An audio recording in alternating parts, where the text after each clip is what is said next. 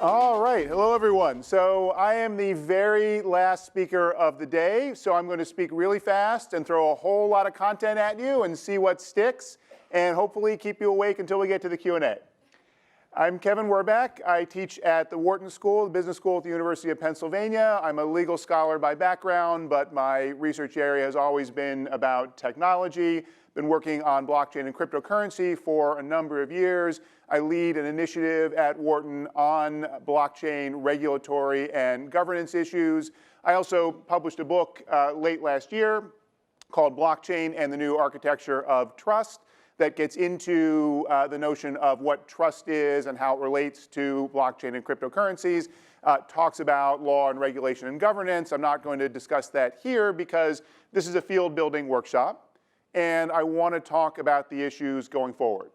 What are the questions that we need to ask and think about when we discuss governance as it relates to blockchain and cryptoeconomic systems? And so I want to start with one of the great theorists of governance in history, the famous rival of Alexander Hamilton among the founding fathers of the United States. No, not Satoshi Nakamoto. If you haven't seen the Satoshi versus Alexander Hamilton epic rap battle that was funded by Reid Hoffman of LinkedIn, I encourage you to go look at it after the talk. No, of course, I'm talking about Thomas Jefferson.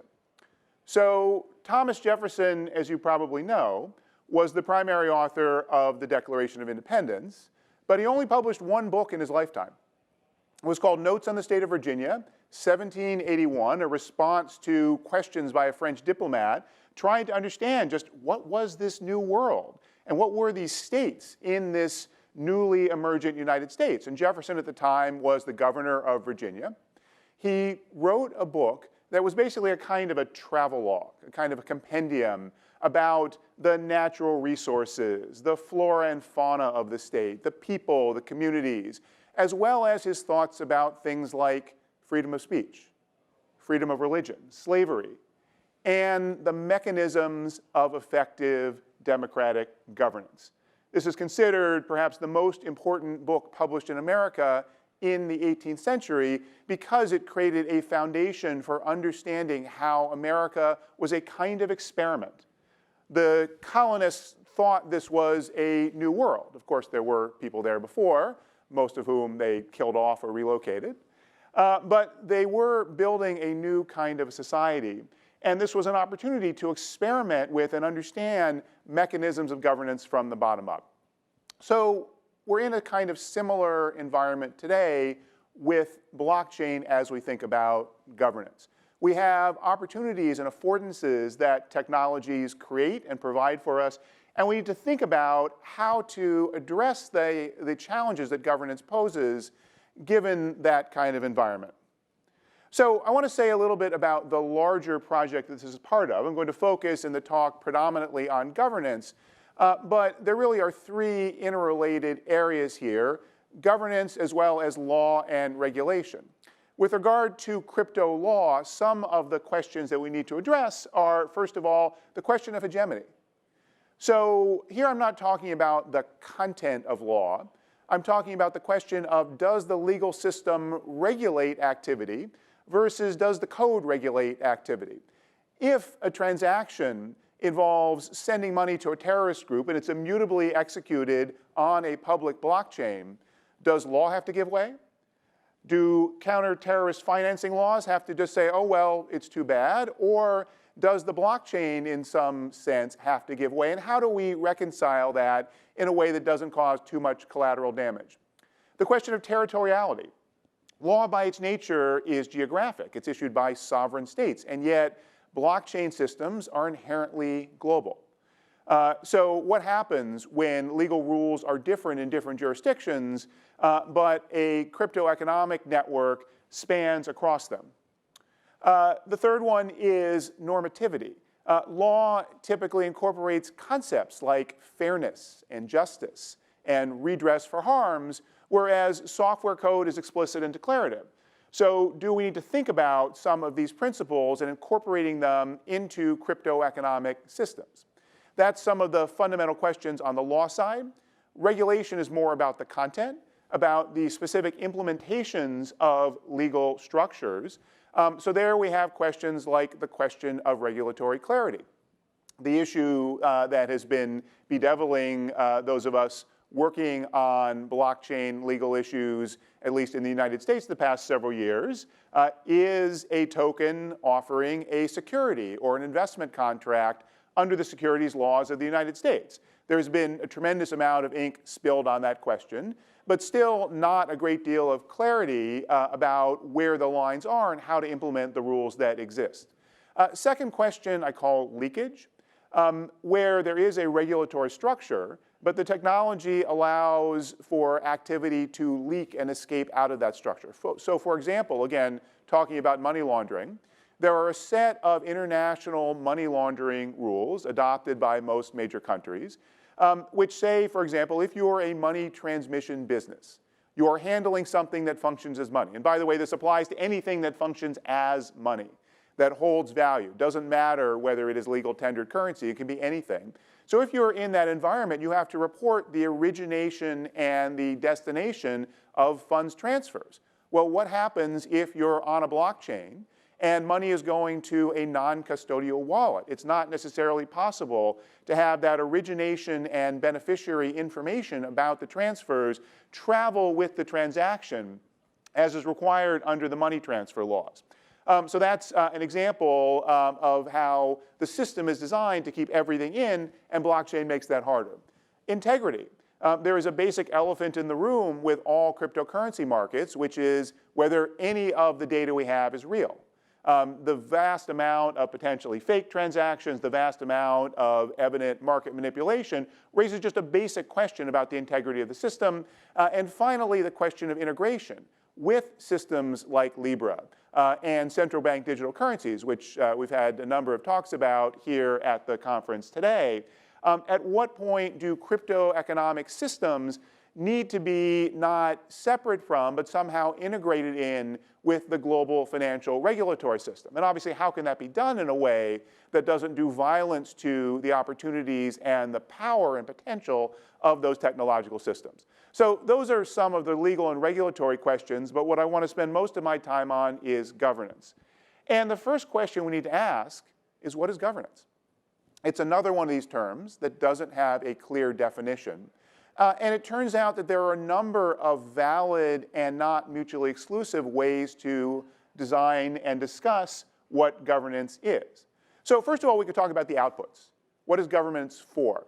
I put up here a definition from Oliver Williamson, Nobel laureate in economics, one of the great theorists of economic governance. And he talks about governance basically about being about order, that the goal is to infuse order in systems by mitigating conflicts in order to achieve shared gains. So that's the goal of governance. Governance takes systems and makes them somehow sufficiently ordered. A second way we can think about governance is in terms of the inputs. What are the mechanics? What are the ways that organizations and communities constitute themselves? How do they decide? How do they execute decisions? And how do they enforce decisions? That's, by the way, the legislative, executive, and judicial branch of government in a political system. And then what are the various roles and agents and institutions that go to make up that system? So a lot of what Carla and Summer were talking about in the domain of corporate governance is about these various roles and mechanisms. So what do those look like in a blockchain or cryptoeconomic system? And then the third definition, and this is right now really my favorite, is the piece that goes in the middle of the outputs and the inputs, which is decision making. Governance is about decisions, but it's about a particular subset of decisions. It's about complex organizations making complex decisions. If you have a simple organization like a dictatorship of me, then my decision is not governance. Now, what's actually going on in my head is actually quite complicated as a matter of neuroscience, but I make the decisions. We don't need a governance process. That's a simple decisional process. Similarly, if the decisions are being made in a way that can be simply encoded in a rule. So if this variable is more than 10, go left. If this variable is less than 10, go right. That's also not governance. That's just implementing a simple set of rules. And things like smart contracts and really any kind of software code is very good at things that can be reduced to those simple kinds of decisional metrics. Governance is about situations where neither of those conditions of simplicity holds, where organizations are complex. Things like corporations are complex. Whatever they are not simple. And similarly, blockchain networks and even many blockchain applications are not simple. They are communities of different kinds of actors with different interests, with complex technology in the middle. And many of the decisions they have to make are also not simple. Some of them may be, but many of them are decisions that require weighing of different costs and benefits where different participants in those complex networks have different views. So governance is about managing those difficult choices. So that's governance in general. It's also a mechanism of trust. And I said I wasn't going to talk about my book, but I lied. This is a chart from the book about different structures of trust, with blockchain being a new kind of structure. And the point is that governance is also a means of imbuing trust in systems. So for example, let me give you an example. Maersk and IBM partnered to create a system called TradeLens, DLT-based system for international shipping. And the big problem that they had was they built an open blockchain system that would virtualize and digitize the entire global shipping process, multi-trillion-dollar industry, which is horrendously fragmented. And the problem they had was this was IBM and this was Maersk, which is the largest global ocean-going shipping company. They had to get everyone else in the network into this ecosystem. It's not particularly useful to build a blockchain system just for Maersk. So Maersk went to all the other shippers and said, look, we've got a decentralized blockchain. We've got this technology that allows us to create a virtual, unified source of truth for the entire industry. They also went to the ports and the freight forwarders and everyone else in the ecosystem. And all of their competitors looked at them and said, you're crazy. What do you mean? You're our competitor. We're not going on your platform. That was a governance challenge. When I taught this case to my business school students last year, it was a failure case because they hadn't solved the governance problem. When I'm teaching it this year in a couple weeks, it's actually going to be a success story because Maersk and IBM went back, enhanced the governance structures around that project, and eventually were able to convince, so far, 5 of the largest 6 global shipping firms to join that platform. So that's about governance, producing trust in the decentralization and openness of the system, and that's where potentially we get the real value add of a blockchain architecture as opposed to the traditional centralized kinds of systems. All right, so I've been talking about governance in general. What is blockchain governance? Well, first of all, 3 different things we need to disambiguate. One is governance by blockchain. So blockchains govern. They impose a set of conditions that produces a shared state, a consensus about a ledger. And then that governs by basically determining what is in that ledger. So if you're using a blockchain-based land titling system, that governs the system for deciding who owns what property. Similarly, that involves records and processes managed by different organizations, including governments. So blockchain governance sometimes is talked about in terms of governments using blockchain. I'm not talking about either of those. I'm talking about what comes on top. Governance of the blockchain systems themselves. And even there we have to make a distinction. One aspect of governance of blockchain is consensus, is the set of technical and other mechanisms that bring the system into consensus so it can have this kind of decentralized shared state. That's the lowest level of blockchain governance. The hard part is what goes on top. And really there are 3 levels. And this division comes from Elinor Ostrom, another Nobel laureate in economics, famously wrote about governance of commons-based systems. And she talks about 3 levels. First of all, operational governance. What are the day-to-day rules that specify what actors can do in the system, assuming everything works as expected? Second, collective choice. When do the rules need to be changed? What if we want to change the consensus algorithm, go from proof of work to proof of stake? What if we want to change the emission schedule for the token? What if we want to somehow make some change in the decisions that requires some collective action? It requires some mechanism of getting together and deciding as a community what to do. And then finally, constitutional choice. What happens when there's an existential change that needs to get made? This is the Dow exploit in 2016 that steals so much funds out of this Dow smart contract that it threatens not just the Dow, but threatens all of Ethereum, and the only viable response, other than doing nothing, is fork the whole blockchain. That's a constitutional choice. That requires something more than just a majority vote. It requires some larger level of consensus. So this is the challenge that we face in blockchain governance, is thinking about how to address these three levels. How do we do it? Well, we have two broad sets of resources to draw upon. One is mechanisms and understandings of governance in other domains. So you've heard in the previous two talks in this session about corporate governance, but there are important and significant literatures on governance in many other areas. And I'm repeating something that many people at this workshop have already said, but there's a tremendous need for interdisciplinary collaboration here. So for example, political theory gives us concepts like separation of powers, checks and balances, the notion of the social contract. How do we map those and instantiate those in these cryptoeconomic systems? In addition to corporate governance, there's a whole literature in information systems about IT governance, which thinks about governance in terms of decision rates. Who can do what? What are the accountability systems around them? And then what are the incentives that apply to them? In economics, there are a whole slew of different concepts of governance. Too many to go into now, but significant literatures that have resulted in multiple Nobel Prizes thinking about transaction costs, about game theory, about frameworks, for example, from Albert Hirschman, about exit, voice, and loyalty as options in a governed system. And finally, internet governance, which is actually two completely different streams of experience. One is the experience of groups like ICANN, which have built practices around multi-stakeholder systems. How do you get a whole group of different actors, some of whom are private actors, some of whom are governments, to reach consensus and have a structure for working together in a multi-stakeholder forum? And then the legacy of the Internet Engineering Task Force, things like the RFC process for proposing different changes, and the notion famously of rough consensus and running code to make decisions.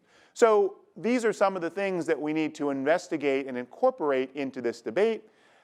We also have a whole set of new tools, though, to bring to bear.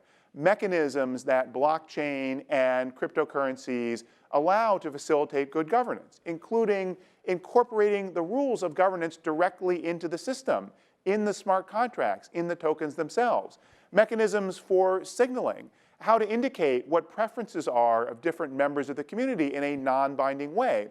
That's something that can be done through ad hoc votes, but potentially signaling mechanisms can get built directly into networks to do that. Compartmentalization. So for example, we don't all have to choose the same rules.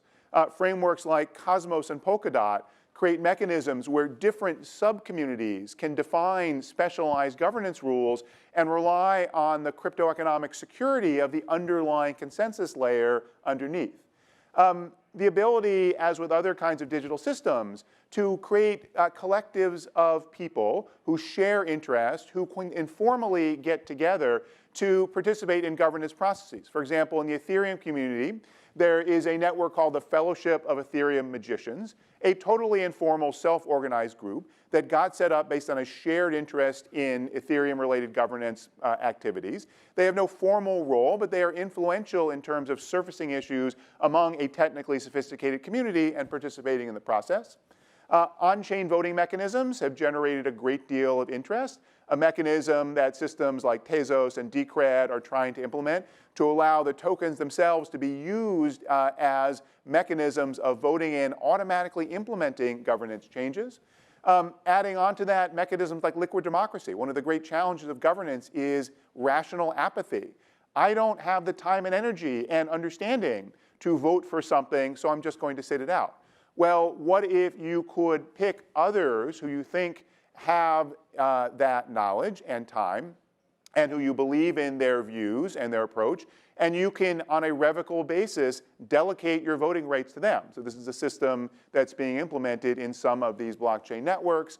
Systems like quadratic voting that come from people like Glenn Weil and the radical markets community, different kinds of voting structures to represent intensity of views. Mechanisms for dispute resolution. We can build arbitration systems, including decentralized arbitration systems, a kind of computational jury that becomes a duty of citizenship, just like serving on a jury, into the blockchain network itself. And finally, if all else fails, forking, which has a long history in open source, is potentially traumatic, but is an option in governance which doesn't exist in traditional systems. All right, so that's a whole bunch of options. What do we need to do now? And this is the last thing I'll say, and then I look forward to the Q&A. We need to start where Jefferson did. We need a compendium. We need the basis for a map of the landscape. And so that's something that I've engaged in a project that I'm organizing at Wharton with a group of collaborators. We held a workshop over the summer in San Francisco on crypto governance with representatives of many of the leading platforms, as well as experts from all around the world on governance. One output that came from that is a standardized governance assessment tool. So we're building a kind of questionnaire that can be used to evaluate the governance mechanisms of different projects, networks, and applications on an apples-to-apples basis. So if you want to understand how does the Ethereum community approach these governance questions, and frankly, you'll get different answers from different people in the Ethereum community. Bitcoin, it's even harder. But at least to be able to understand that and map it out in a way that it can be then compared with other projects and systems, that I think is an important starting point. So the last thing I'll say is this is an ongoing effort. It is a community effort, and anyone who's interested in blockchain governance, we are now getting to the point of having finalized this document, starting to think about going out and bringing data together and collecting it from different projects. I would very much welcome your contribution on this or any of the other things that I've described. Thanks very much.